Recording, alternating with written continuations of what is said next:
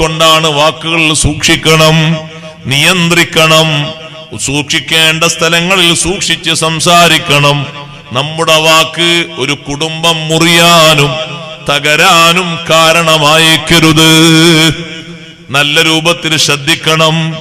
കുടുംബക്കാരുമായി സംസാരിക്കുമ്പോ സംബന്ധിക്കുമ്പോ അവർക്കിടയിലുള്ള സ്നേഹം നിലനിർത്തിക്കൊണ്ടാകണം മുന്നോട്ട് കൊണ്ടുപോകേണ്ടത്. സുബ്ഹാനല്ലാഹ്, എന്തെങ്കിലും ചില്ലറ പ്രശ്നങ്ങളുടെ മേൽ പിണക്കമുണ്ടായാൽ, അങ്ങനെ ബന്ധം മുറിഞ്ഞുപോയാൽ ഉണ്ടാകുന്ന നഷ്ടങ്ങളെ സംബന്ധിച്ച് ഖുർആൻ ഓർമ്മപ്പെടുത്തുന്നുണ്ട്. ചെറിയ നഷ്ടമല്ല, ദുനിയാവിൽ അനുഭവിക്കുന്ന ചെറിയ നഷ്ടമല്ല, ആഖിറത്തിൽ അനുഭവിക്കുന്നതും ചെറിയ നഷ്ടമല്ല, വലിയ നഷ്ടമാണ്.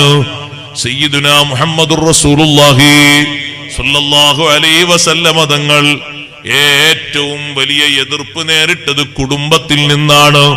പക്ഷേ ആ കുടുംബക്കാർക്ക് മുഴുവനും അവിടുന്ന് മാപ്പ് നൽകി.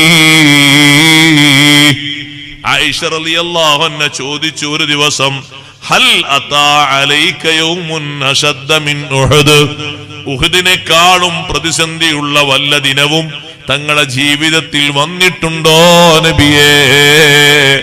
ഉഹദ് ഏറ്റവും പ്രതിസന്ധി പൂർണമായ ദിവസമാണ്.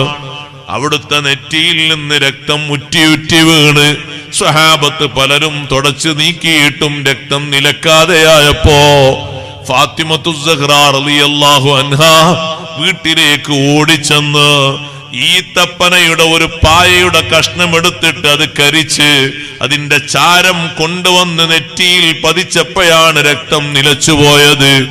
ആ മണ്ണിൽ മുത്തുനബി സല്ലല്ലാഹു അലൈഹി വസല്ലമ തങ്ങളുടെ രക്തം മിറ്റിയിട്ടുണ്ട്.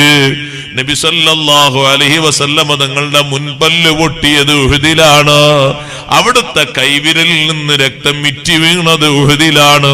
ഹൽ അന്തി ഇല്ലാ ഇസ്ബഇൻ ദമീതി വഫീ സബീലില്ലാഹി മാലഖീതി. അല്ലാഹുവിന്റെ മാർഗത്തിലല്ലേ ഈ വിരൽ തുമ്പിൽ നിന്ന് രക്തം പൊടിഞ്ഞത്.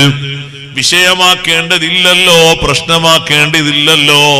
സ്വന്തം വിരലിങ്ങനെ ഉയർത്തിപ്പിടിച്ചിട്ട് അവിടുന്ന് പറഞ്ഞല്ലോ, ഹൽ അന്തി ഇല്ലാ ഇസ്ബഉൻ ദമീതി വഫീ സബീലില്ലാഹി മാലഖീതി.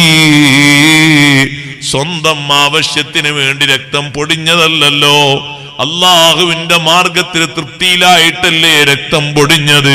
വിഷയമാക്കേണ്ടതില്ല. സ്വന്തം ശരീരം